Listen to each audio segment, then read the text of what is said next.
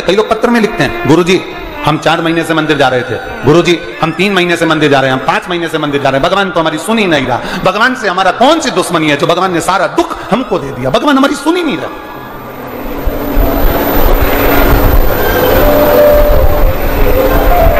सबकी सुनता है, इतने सारे आपके पास में पत्र आते हैं, गुरुजी भगवान सबकी सुनता है तो हमारी क्यों नहीं सुन रहा? हम भी तो मंदिर जा रहे हैं, हम भी तो भगवान को जल चढ़ा रहे हैं, हम भी तो भगवान के मंदिर में झाड़ू लगा रहे हैं, हम भी तो भगवान के मंदिर में पोछा लगा रहे हैं, हम भी तो भगवान का श्रृंगार कर रहे हैं, फिर भगवान हमारी सुनता क्यों नहीं है? 2 महीना 3 महीना 4 महीना जाते हो और मन में विचार रखते हो कि भगवान ऐसा कर देना कि बस मेरा काम हो जाए। भगवान भी मन में सोचते हैं तो चिंता मत कर, तेरे यहाँ किसी की दुकान हो तो उस दुकान को एक बार देखना। एक दुकान में सेठ जी बैठा रहता है, उसको घर पर 5 लाख रुपए पहुंचाना। समझना जरा बहुत अच्छे से, सेठ जी दुकान पर ऑफिस में, और उसको 5 लाख रुपए अपने घर पर भेजना है। उसके यहां पर 15 नौकर काम कर रहे हैं। एक नौकर 1 महीने पहले लगा, एक नौकर 3 महीने पहले लगा, एक नौकर 10 महीने पहले लगा, एक नौकर 1 साल से लगा, एक नौकर 5 साल से लगा। अब सेठ जी वो 5 लाख रुपए अपने घर भेजना है तो कौन से नौकर के हाथ में देंगे? बोलो रीजी जी। जो 1 महीने काम पर आया उस पर, जो 2 महीने काम पर आया उस पर, जो 3 महीने काम पर आया उस पर, जो 4 महीने काम पर आया उस पर नहीं। सेठ जी ने पुराने को बुलाया, इधर आओ इधर आओ। हाँ सेठ जी बेटा ये बैग घर पर रख के आना, हो संभाल के ले जाना, 5 लाख रुपए सावधानी से ले जाना।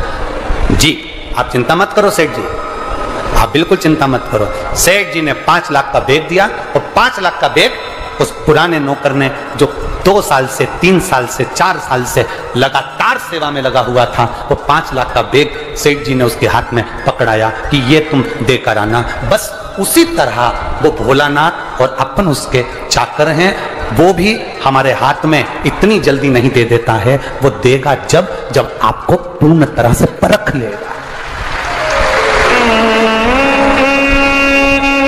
आपको पूर्ण तरह से जब वो परखेगा तब वो देगा। और आप क्या करते हो?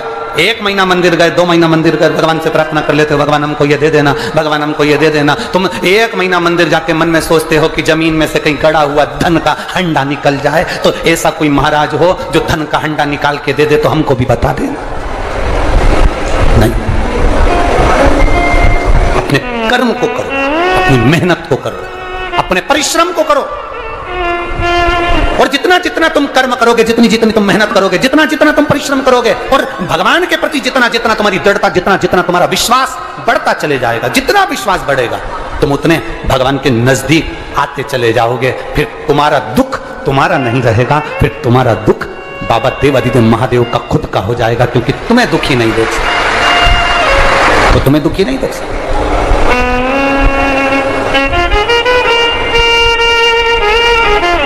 कहे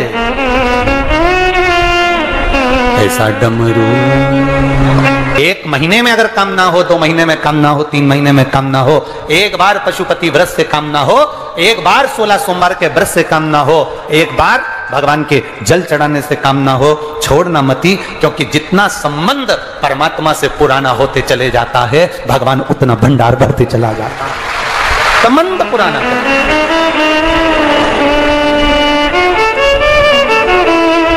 संबंध पुराना। सुगंधा ने हाथ जोड़े, ऋषियों के नेत्र खुले, इंतजार करती रही थी, इंतजार। शिव को जल चढ़ाने वाले एक बात याद रखना, थोड़ी प्रतीक्षा जरूर करना। परीक्षा वो करेगा, प्रतीक्षा तुम करिए। शिव को जल चढ़ाने वाला प्रतीक्षा करना, इंतजार करना। इतनी जल्दी डोलना मती कि मेरा काम नहीं हुआ तो मैं मंदिर नहीं जाऊंगी, मेरा काम नहीं हुआ तो मैं शंकर जी के मंदिर नहीं जाऊंगी। आप मंदिर के अंदर भी नहीं जा सकते, तो शिवालय के सामने से, मंदिर के सामने से निकल कर जाते जाते श्री शिवाय नमस्तुभ्यम कहते भी निकल गए तो भी बाबा सुन लेता। सरल है शिव, सहज है शिव। उसको आडंबर पसंद नहीं है, मेरे शंकर भगवान को छल पसंद नहीं है, दिखावा पसंद नहीं है। सुगंधा कह रही है, बाबा आपके नेत्र खुले हैं, आपके नेत्र खुले हैं बाबा, आप मुझे बताएं मैं कौन से महीने से 16 सोमवार के व्रत प्रारंभ करूं, उसका विधान क्या है? क्या विधान? कहा भगवान वर्णन करे। ऋषियों ने कहा सुनो सुगंधा, ये 16 सोमवार का व्रत कोई साधारण नहीं है। सुगंधा, संतान की प्राप्ति के लिए अगर 16 सोमवार का व्रत उठाया जाता है तो श्रावण के पहले सोमवार से उठाया जाता है। कब से उठाना चाहिए? कहा पहला सोमवार। सुनो सुगंधा, यदि कोई विशेष बीमारी हो गई, बहुत रोग हो गया, तकलीफों में जिंदगी चल रही हो, बहुत कष्टप्रद जीवन चल रहा, तो बैसाख के महीने के पहले सोमवार से 16 सोमवार का व्रत उठाना चाहिए। और सुनो सुगंधा, उत्तम वर, उत्तम घर, व्यापार, व्यवसाय, नौकरी, पद, प्रतिष्ठा के लिए अगर हमें व्रत करना है तो मार्गशीर्ष मास का पहला सोमवार से इस व्रत को प्रारंभ कर देना चाहिए। मार्गशीर्ष मास का पहला जो सोमवार हो उसमें इस व्रत को प्रारंभ कर लो। और सुनो सुगंधा, ये व्रत दोपहर के तीसरा जो पहर हो प्रदोष काल, उस प्रदोष काल के समय पर आप इस शिवलिंग की पूजन अपने घर में पार्थिव बनाकर स्मरण कर कर भगवान देव अधिदेव महादेव के लिए प्रसाद तैयार कर कर, आप जिस भाव से भगवान शंकर का आटा सेक कर या चूरमा बनाकर या मलिदा बनाकर जो भी आप बना रहे हैं, उससे 3 हिस्से प्रसाद के इस 16 सोमवार के व्रत में भी होते हैं। कितने हिस्से होते हैं? 3 हिस्से। पशुपति व्रत में 16 सोमवार के व्रत में एक अंतर भारी है। पशुपति व्रत में 2 हिस्से मंदिर में रह जाते हैं, एक हिस्सा अपने साथ आता है और स्वयं को खाना पड़ता है। पर 16 सोमवार के व्रत में यह भाव है, एक हिस्सा भोलेनाथ का रहता है, दूसरा हिस्सा भक्तों के लिए, शिव भक्तों के लिए रहता है, और तीसरा हिस्सा आपके लिए रहता है। यदि पूरा ना पा सकें तो दूसरे को भी आपके हिस्से का प्रसाद दे सकते हैं, प्रदान कर सकते हैं। अब आ जाओ, बड़ा सुंदर प्रसंग नरसिंह पुराण का था। एक बड़ा सुंदर प्रसंग आया।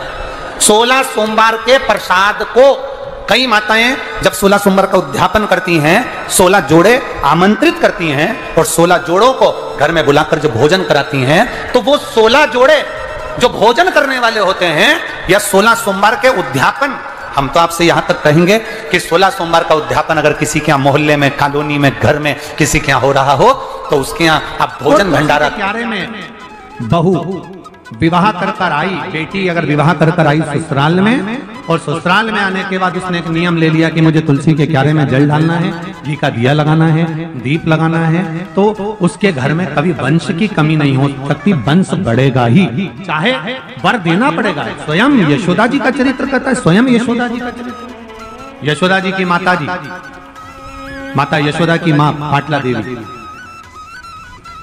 और पाटला देवी ने अपनी बेटी यशोदा को कहा, पुत्री मुझे एक संत ने यमुना जी के घाट पर कहा है कि तू ब्राह्मणों का भोजन तुलसी के क्यारे के नीचे करा,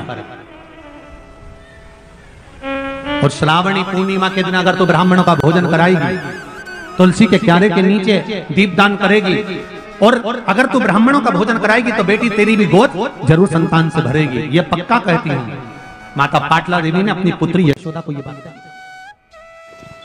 जय माता दी, जय माता दी।